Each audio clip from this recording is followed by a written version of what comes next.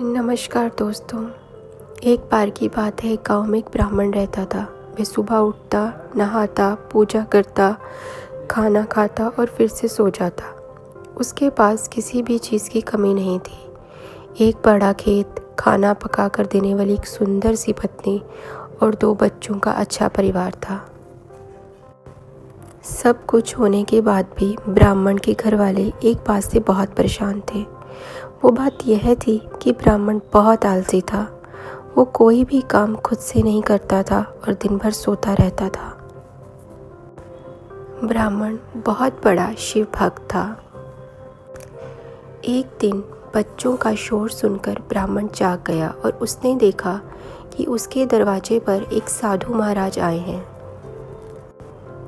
दोस्तों, वह साधु महाराज कोई और नहीं, खुद भोले शंकर थे।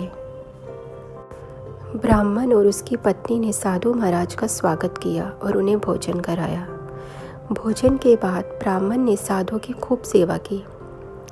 साधु महाराज उनकी सेवा से बहुत प्रसन्न हुए और उन्हें वरदान मांगने को कहा।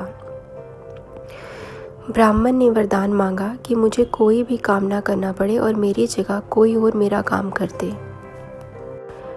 तब साधु उसे वरदान में एक जीन देते हैं और साथ में यह भी कहते हैं कि इस जीन को हमेशा व्यस्त रखना।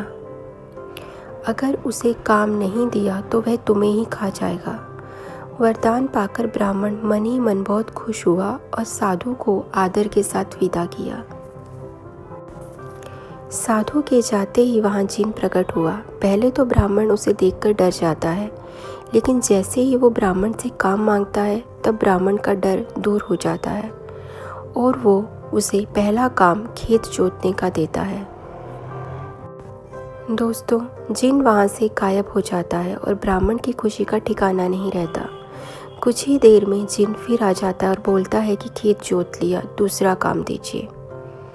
ब्राह्मण सोचता है कि इतना बड़ा खेत इसने इतनी जल्दी कैसे जोत दिया। दोस्तों, ब्राह्मण इतना सोच ही रहा था कि जिन बोलता है कि जल्दी मुझे काम बताओ, नहीं तो मैं तुम्हें खा जाऊंगा। ब्राह्मण डर जाता है और बोलता है कि जाकर खेतों में सिंचाई करो। जिन फिर वहाँ से गायब हो जाता है और थोड़ी ही देर में फिर आ जाता है। जिन आकर बोलता है कि खेतों की सिंचाई हो गई है, अब अगला काम बताइए। ब्राह्मण एक एक कर सभी काम बताता जाता है और जिन उसे चुटकियों में पूरा कर देता है। ब्राह्मण की पत्नी यह सब देख रही थी और अपने पति के आलसीपन पर चिंता करने लगी। शाम होने से पहले ही जिन सभी काम कर देता था। सब काम करने के बाद जिन ब्राह्मण के पास आता और बोलता कि अगर काम बताइए, नहीं तो मैं आपको खा जाऊंगा। अब ब्राह्मण के पास कोई भी काम नहीं बचा जो उसे करने के लिए कह सके। उसे चिंता होने लगी और वह बहुत डर जाता है। दोस्तों, ब्राह्मण की पत्नी अपने पति को डरा हुआ देखती है तो अपने पति को इस संकट से निकालने के बारे में सोचने लगती है। वह ब्राह्मण से बोलती है कि स्वामी, अगर आप मुझे वचन देंगे कि आप कभी आलस नहीं करेंगे और अपने सभी काम खुद करेंगे तो मैं इस जिन को काम दे सकती हूँ। इस पर ब्राह्मण सोचता है कि पता नहीं है क्या काम देगी, पर अपनी जान बचाने के लिए ब्राह्मण अपनी पत्नी को वचन दे देता है। इसके बाद ब्राह्मण की पत्नी जिनसे बोलती है कि हमारे यहाँ एक कुत्ता है, तुम जाकर उसकी पूंछ पूरी सीधी कर दो। याद रखना, उसकी पूंछ एकदम सीधी होनी चाहिए। जिन बोलता है कि अभी यह काम कर देता हूँ। यह बोलकर वह वहाँ से चला जाता है। लाख कोशिश करने के बाद भी वह कुत्ते की पूंछ सीधी नहीं कर पाता और हार मान लेता है। हार कर जिन ब्राह्मण के यहाँ से चला जाता है। उस दिन के बाद से ब्राह्मण अपने आलस को छोड़कर सभी काम करने लगता है और उसका परिवार खुशी खुशी रहने लगता है।